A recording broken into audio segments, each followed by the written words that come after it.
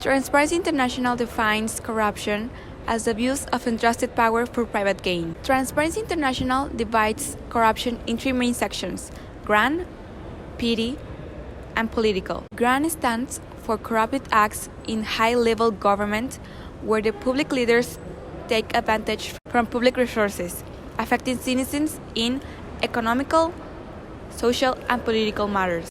As seen, a new president has been elected. This is a new private transportation for the president. In this picture, be sure to look at the current house, cars, and the city.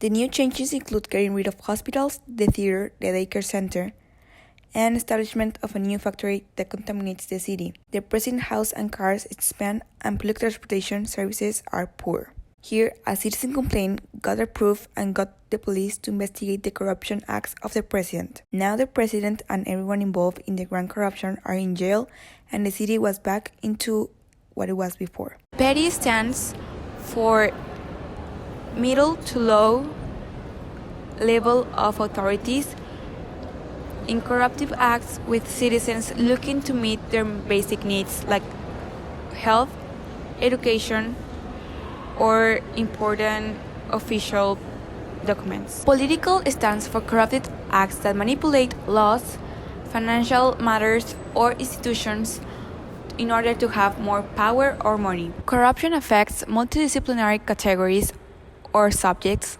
like the economy on a country or institution where the resources are wrongly used. Corruption can also affect the human rights where people get denied of health insurance or health attention, or where simply people want to park in a disabled parking spot and they are denied from. Corruption also affects the society and the political right to have a transparent and democratic election.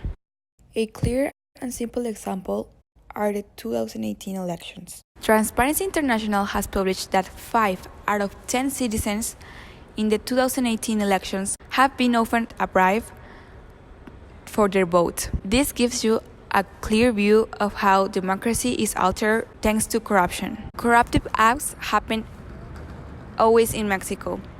Even prisoners of drug trafficking have confessed that corruption goes from prison guards to airport officials to tax assessors, military, chiefs of federal police, and even 2 ex-former presidents. Tips to not participate in corruptive and dishonest acts. Tip number 1. If you have to snitch, do it.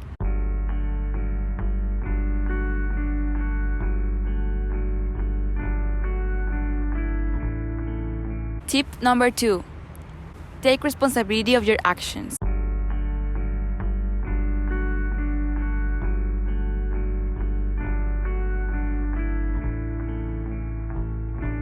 Tip number 3. Be honest.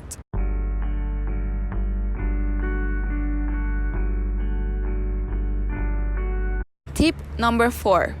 Surround yourself of people that are honest and act against corruption. Tip number 5. Be an anti-corruption influencer.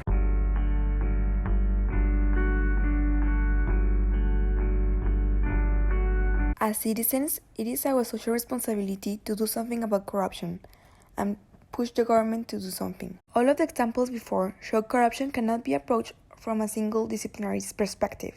In order to fight corruption, the society, the government, and the private business have a responsibility to commit in order to decrease corruption. As future professionals, we have to learn and get knowledge on how corruption affects a society and a business.